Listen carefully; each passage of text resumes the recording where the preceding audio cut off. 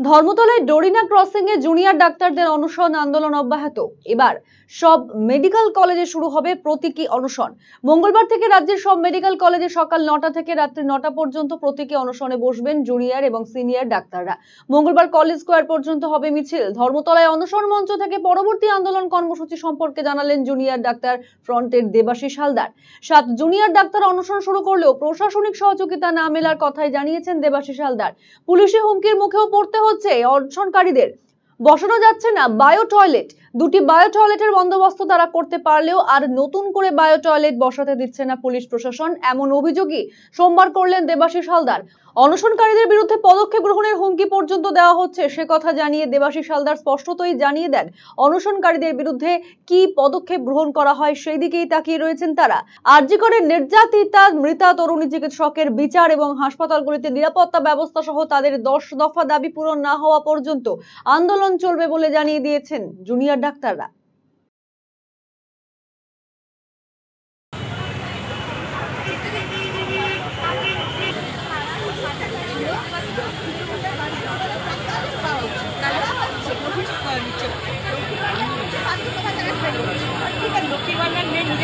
West Bengal junior doctor ফ্রন্টের পক্ষ থেকে যে কর্মসূচিগুলো, সেই কর্মসূচির একটা ঘোষণা এবং আমাদের যে সহযোদ্ধারা আজকে গত 42 ঘন্টা হয়ে গেল না খেয়ে আমরণ অনশনে রয়েছেন, তাদের শারীরিক অবস্থার একটা আপডেট।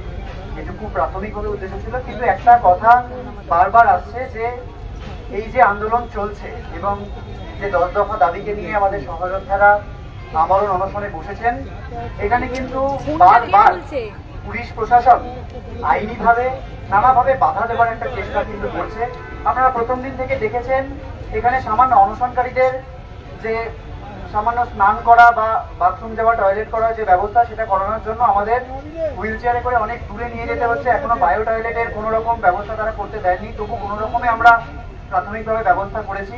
বিভিন্ন কলেজে কলেজে যে অনশনকারীরা রয়েছে, আমাদের যে অনশনকারী সহযোদ্ধারা রয়েছে, তাদের নামে পুলিশ গিয়ে প্রত্যেকটা কলেজে কলেজে খোঁজ পাঠাচ্ছে এবং রীতিমতো একটা তাদের মানসিক মনোবল ভেঙে দেওয়ার একটা চেষ্টা করছে। আমরা একটা দৃঢ়ভাবে জানাতে চাই, আমাদের অনশনকারীরা তো এখানে এসে প্রেস বাইট দেওয়ার মতো জায়গায় নেই। এখন তাদের যে শারীরিক অবস্থা, তাদের কথাটাকেই একটা ভাবে প্রতিধ্বনিত করছি। তাদের মানসিক বল কিন্তু অটুট এবং এই লড়াইয়ের শেষ তারা দেখে ছাড়বেন, এই কথা তারা জানিয়েছেন। এবং আর একটাই কথা বলার, যে আজকে যে আন্দোলন গণ আন্দোলনের রূপ নিয়েছে, আমরা একটাই কথা বলতে চাই যে কোনো রকম হামলা করে মামলা করে এই আন্দোলনকে কিন্তু দমানো যাবে না। সেটুকুই। সেটা আমরা আইনি ব্যবস্থা কি নেওয়া হবে আমরা সেটা দেখতে চাই।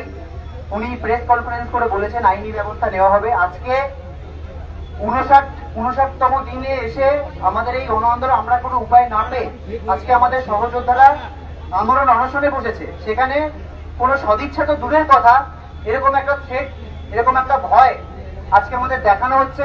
আমরা দেখতে চাই কি কারবাহি, আপনি বললেন যে কারবাহি নেওয়া হবে বলা হচ্ছে, কি তারা স্টেপ নেন আমরা সেটা দেখতে আগ্রহী। সেটা আমরা দেখতে চাই যে এটা কি করতে চান। অফার মানে খোসলা, এক ভরপুর স্বপ্ন, আপনার নিজের দোকান, একান্ত আপন খোসলা ইলেকট্রনিক্স, সবকিছু এখানে আপনার ঘরের আনন্দ এই মধুর বনে। পুজোয় এবার সবার মুখে হাসি, কারণ খোসলায় অফার্স রাশি রাশি। ভীষণ খুশি মন এবার, খোসলা প্রিয় আমাদের সবার। খোসলা ইলেকট্রনিক প্রাইভেট লিমিটেড, ঠিকানা মোহনবাটি বাজার, রায়গঞ্জ, রায়গঞ্জ জেলা আদালতের বিপরীতে।